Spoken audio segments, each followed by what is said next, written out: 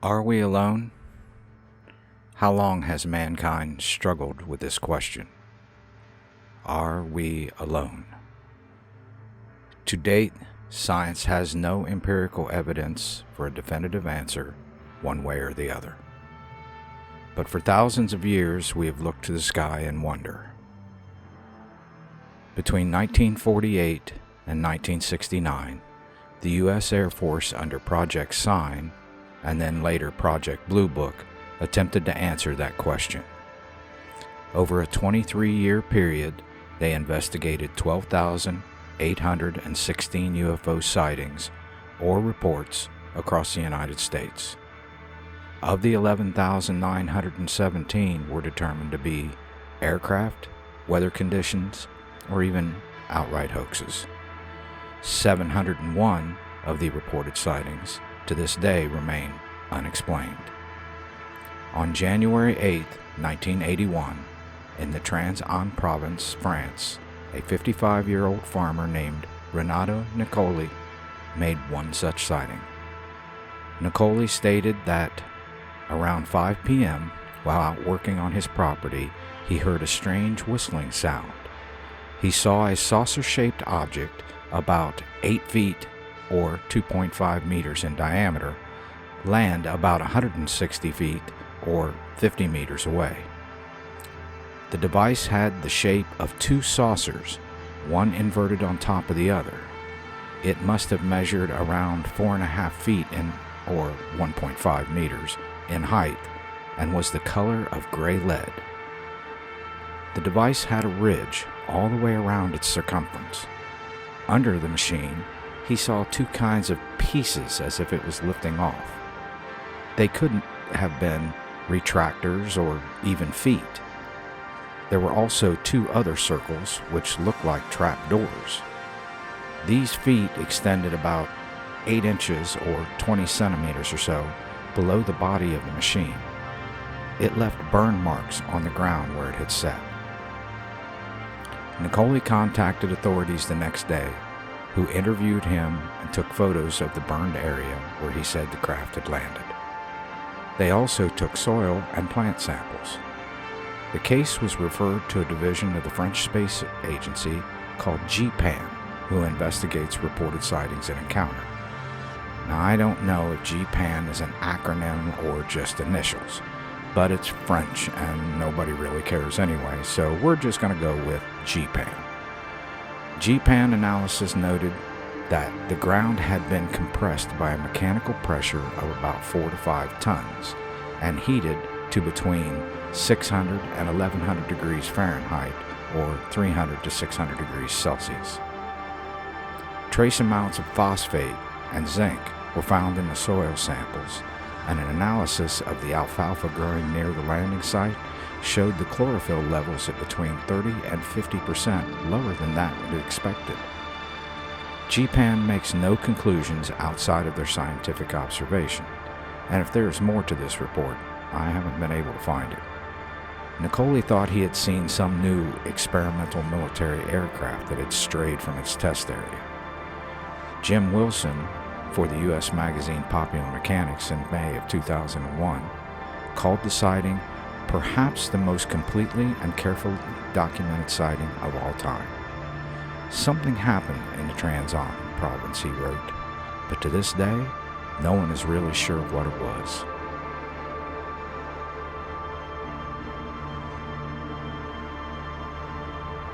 The dawn of agriculture, ancient Egypt, 8000 BCE. Late spring, the seasonal rain clouds form in the East African highlands of Ethiopia. Producing as much as 60 inches of rain, a drizzle becomes a downpour, and the downpour quickly becomes a flood. The floodwaters run north, carrying with it the rich red silt of East Africa. Forming the Blue Nile, they continue north until they meet their sister river, the White Nile in Sudan, 800 miles south of the Egyptian border. Together, the two form the Nile, arguably the longest river in the world. Engorged with water, the Nile races north more than 4,000 miles through Egypt, spilling over its banks and depositing the nutrient-rich silt along its edge. This is known as the season of inundation. The flood just described has happened many times in Egypt's 5,000-year history. Sometimes these floods would be catastrophic, washing away whole villages and killing hundreds, maybe even thousands. Sometimes there would be no flood at all, causing drought and possibly even famine. Ancient Egyptians sought to exercise some control over these seasonal floods by building the first dams in history. One example, Sa'd el-Kafr, built in 3000 BCE. The dam was meant to hold back part of the Nile to minimize the catastrophic flooding, but also to create a reservoir of water. The reservoir would allow for a fresh water supply even when there was little or no seasonal rain. Egyptologists have believed that the flash flood swept through the valley and destroying the dam before it was completed. Fast forward 5,000 years, and on January 9, 1960, construction begins in southern Egypt on the Aswan High Dam. Building the dam was a massive undertaking. Over 25,000 engineers, heavy equipment operators, and laborers took part in its construction. The Aswan High Dam took more than 10 years to build and cost over $1 billion. Upon its completion, the dam stretched 12,570 feet or 3,800 meters long, 3,220 feet or 980 meters wide at the base, 130 feet or 40 meters wide at the crest, and contained more than 56 million cubic yards of material. The reservoir generated by the damming of the Nile at Aswan is known as Lake Nasser. It is 310 miles or 500 kilometers long, 22 miles or 35 kilometers wide, and over 300 feet at its deepest. The dam's 12 hydroelectric generators are each rated at 175 megawatts, for a total of 2.1 gigawatts, producing about 15 to 20% of Egypt's current power needs. Nearly 24 monuments and architectural complexes were threatened by the flooding of Lake Nasser. Many were saved, however, like the massive temples of Abu Simbel from Pharaoh Ramses the Great, by dismantling them piece by piece and reassembling them on higher ground safe from the flooding. In the years since its completion, the argument has arose if the dam was really worth it given the cost and the displacement of more than 50,000 people and the loss of ancient Egypt's priceless antiquities from the flooding of Lake Nasser. But that argument at this point is pretty much moot. The dam can continue to serve Egypt for at least the next 300 years, and only in the long term can its effect, either good or bad, be truly measured.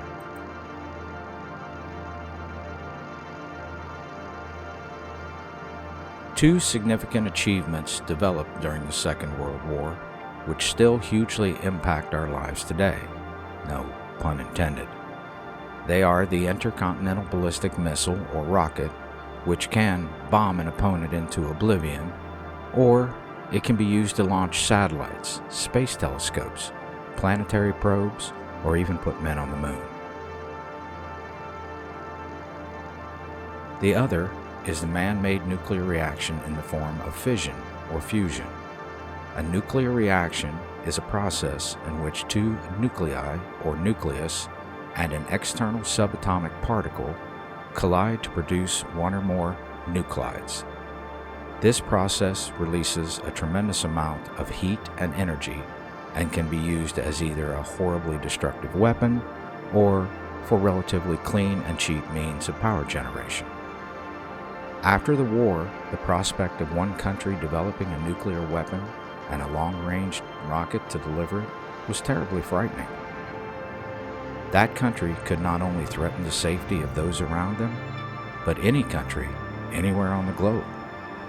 In 1946, following the Second World War, the Pentagon instructed Colonel John DeWitt of the U.S. Army Signal Corps to research the capabilities of long-range radar project called Project Diana.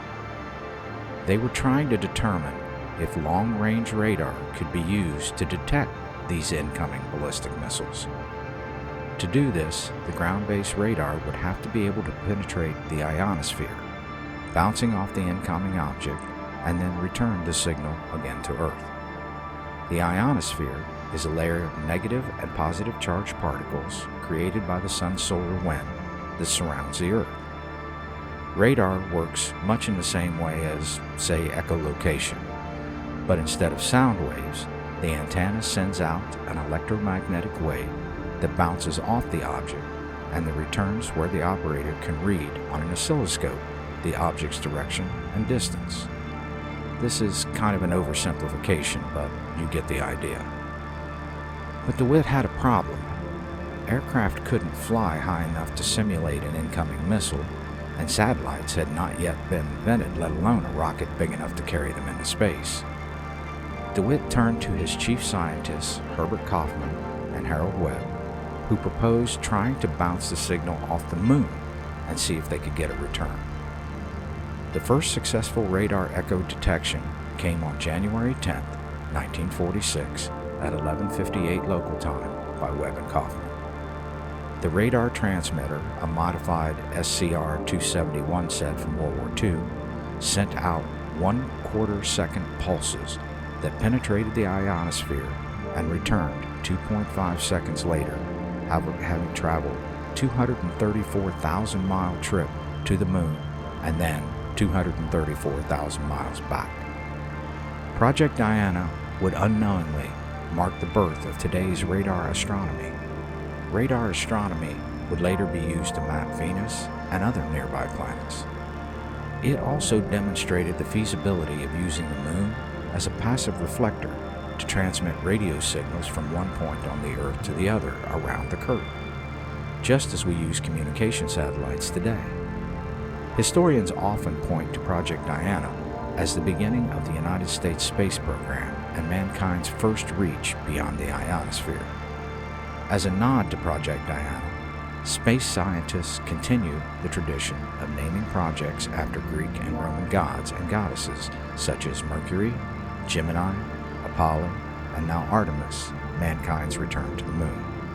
In Greek lore, Artemis was the daughter of Zeus and Leto, the twin sister of Apollo.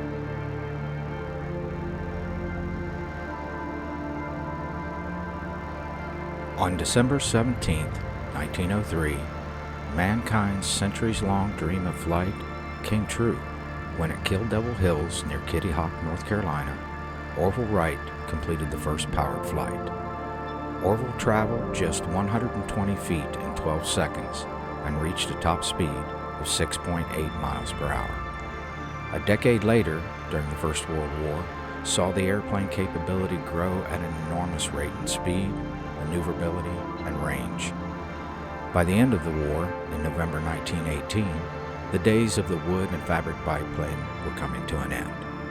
Aircraft manufacturers like Hugo Junkers were building all-metal monoplanes, which would expand the role of airplane over time to that of transports for both cargo and the human variety. The last obstacle facing the aircraft industry was distance. For an airplane to become a true global traveler, the vast Atlantic and Pacific Oceans must too be conquered. The former was accomplished in May of 1927 when Charles Lindbergh flew the first non-stop solo flight across the Atlantic, traveling 3,600 miles or 5,800 kilometers from New York to Paris in just over 33 hours.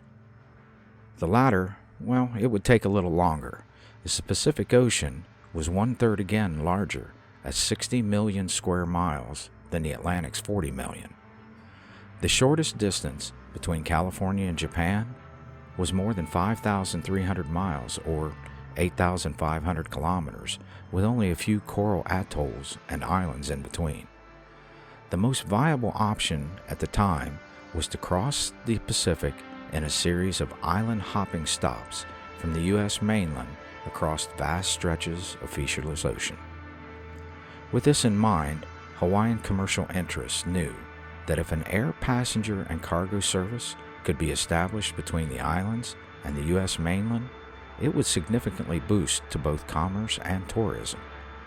With this in mind, they offered a $10,000 award to the first pilot who could make the flight. A number of pilots made the attempt. Some would never be seen again. At 4:45 p.m. local time on January 11, 1935, the famed aviatrix Amelia Earhart lifted off from Wheeler Field, Hawaii, in her Lockheed 5C Vega, bound for Oakland, California. Flying at 8,000 feet and often through heavy fog, Earhart had little more than a map, the stars, and a compass to guide her.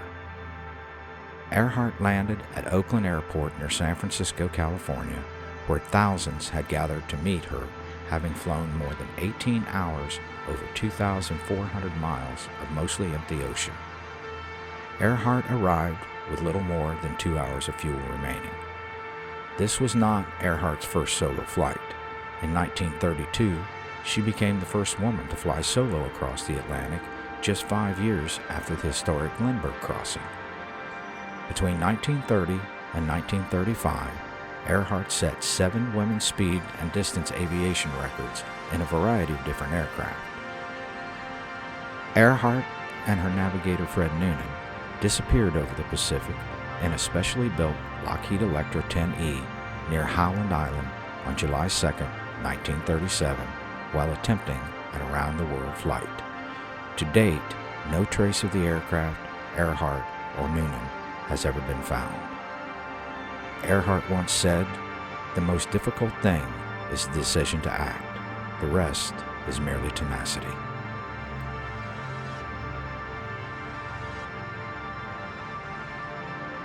For hundreds of years, ships have plowed the waves of the world's oceans, delivering passengers and cargo to every continent. Often these voyages were dangerous, even perilous, with many ships simply disappearing without a trace.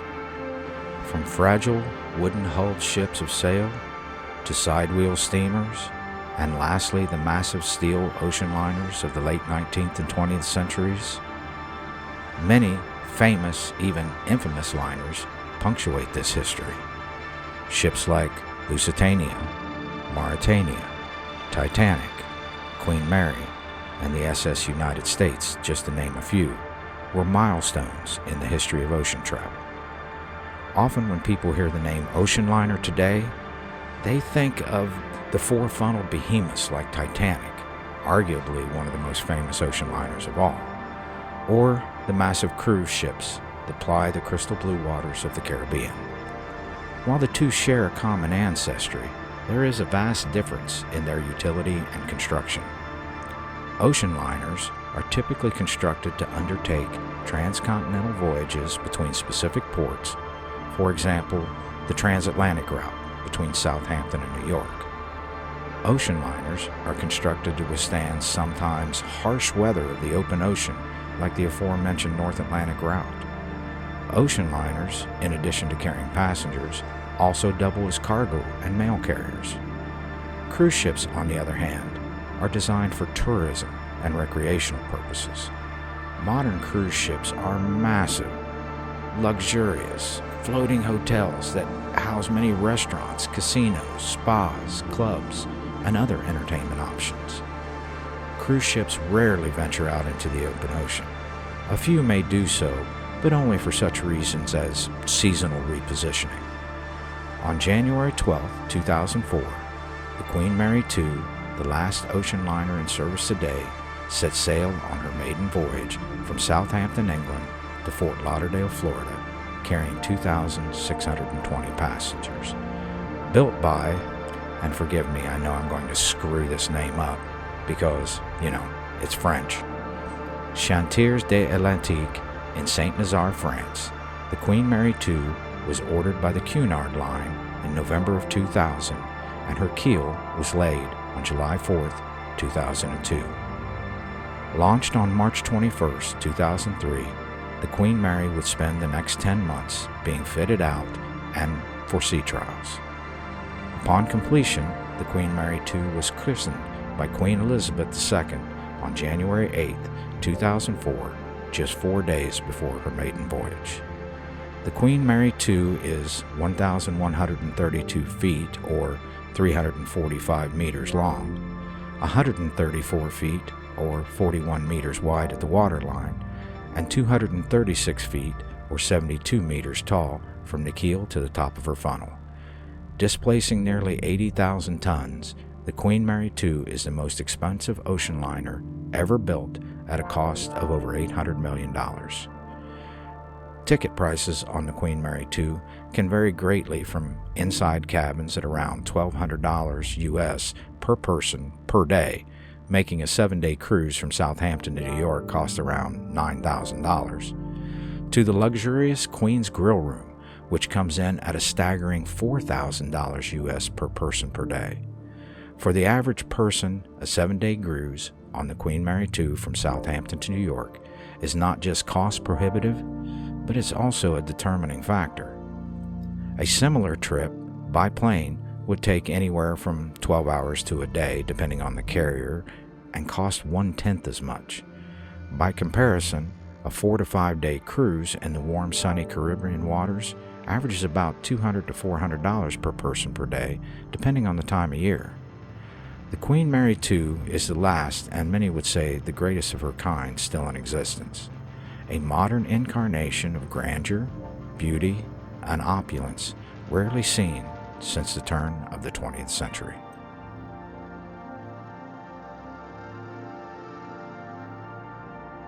The Order of the Poor Knights of Christ and the Temple of Solomon, more commonly known as the Knights Templar, was a paramilitary organization steeped in the Catholic faith. Founded in 1118 and led by Frenchman and Knight Hugues de Payens, they established their headquarters on the Temple Mount in Jerusalem. The Knights Templars' self-imposed mission was to protect Christian pilgrims on their way to and from the Holy Land during the Crusades, the series of military expeditions that was aimed at defeating the Muslims in Palestine. For some time, the order was small and ineffectual due to the rigid rules and requirements. To be a knight, one must be of noble birth and was required to take strict vows of poverty, obedience, and chastity. The order had few financial resources and relied on donations just to survive. The emblem was of 2 knights riding a single horse, emphasizing the order's poverty. On January 13, 1128, Pope Honorius II granted the Knights Temple a papal sanction declaring them an army of God. Officially endorsed by the Roman Catholic Church and with new promotional efforts, many more noblemen joined the order, gradually increasing its size and influence and power. Clad in their distinctive white mantles or capes bearing a large red cross, the Templars were often considered among the most skilled fighting units of the crusade. As the Templars grew in membership and notoriety, their impoverished status did not last long. Having received the formal blessing of the Church, the Templars became the favored charity throughout Christendom, receiving money, land, business, and noble-born sons from families who were eager to help with the fight for the Holy Land. Even today, as any organization grows in wealth, power, and influence, whether deservedly or not, it often breeds distrust from the outside world. In 1306, King Philip IV of France, being deeply in debt to the Templars, built upon this distrust in order to take advantage of the situation. King Philip pressured Pope Clement V to have many of the order's members in France arrested, tortured, and given false confessions and then burned at the stake. This served to build even more distrust for the Templars, and in 1312, under further pressure, Clement V disbanded the order completely. Having lost all papal support, the Order of the Poor Knights of Christ and the Temple of Solomon were hunted down, their vast fortunes was confiscated, and many were tortured and killed.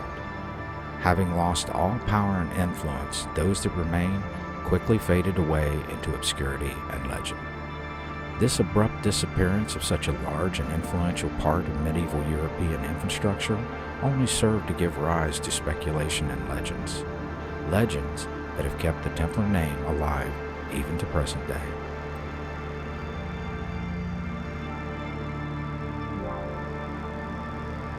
USS Enterprise, the world's first nuclear-powered aircraft carrier and the 8th U.S. ship to bear the name. Built at Newport News Shipyard from 1958 to 1961, Enterprise was 1,100 feet long, 200 feet wide, and displaced 94,000 tons. With a top speed of 33 knots, Enterprise could hold up to 90 aircraft of various types and was crewed by more than 5,000 men and women. Under the command of her first skipper, Vincent P. DePoy, a former World War II pilot of VF-6 on the USS Enterprise CV-6, the new Enterprise made her maiden voyage in early 1962 with an extensive state shakedown cruise. Enterprise conducted a lengthy series of tests and training exercises designed to determine the full capabilities of the world's first nuclear-powered supercarrier. A full-speed test run with her escort, the destroyer USS Laffey, Enterprise demonstrated the power and speed of her new nuclear propulsion. It is reported that Laffey radioed Enterprise after the demonstration, "You win. Fuel gone, topside salted, crew wet, and engines tired." At a little after 8 a.m. on January 14, 1969, the USS Enterprise was turning to port to begin air operations when an Mk-32 Zuni rocket loaded on a parked F-4 Phantom exploded. The exhaust from a nearby MD-3A Huffer, a tractor-mounted unit used to start aircraft, accidentally heated one of the Zuni rockets until it exploded. The explosion ruptured the F-4 Phantom's fuel tanks and igniting the leaking jet fuel. About 1 minute later, 3 more Zuni rockets exploded. The blast blew holes in the Enterprise flight deck, allowing the burning jet fuel to pour into the level below. Enterprise Commanding Officer Captain Kent Lee ordered the port turn to continue after the first explosion. Steering the ship into the wind, Captain Lee knew that it would serve to blow the smoke and flames back away from the ship. A few minutes after the initial explosion, a bomb exploded on the burning Phantom, blowing a hole in the flight deck that measured 8 by 7 feet or 2.5 by 2 meters.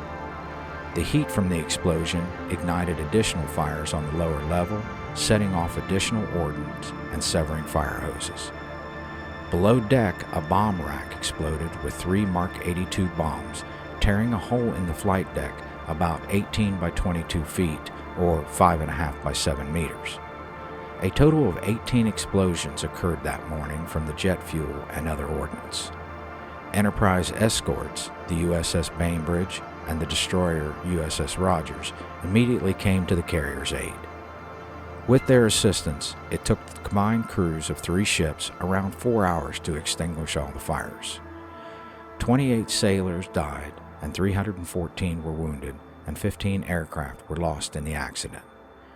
Enterprise returned to Pearl Harbor that day for repairs that would take nearly 2 months and cost around $1 billion in 2023 adjusted dollars.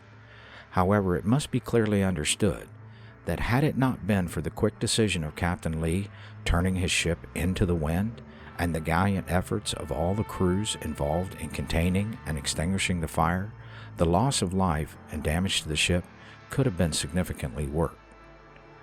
Their bravery, heroism, and sacrifice in the face of burning fuel and exploding ordnance should never be forgotten. The USS Enterprise, CVN-65, the world's first nuclear-powered aircraft carrier, was decommissioned on February 3, 2017, having served for more than 50 years.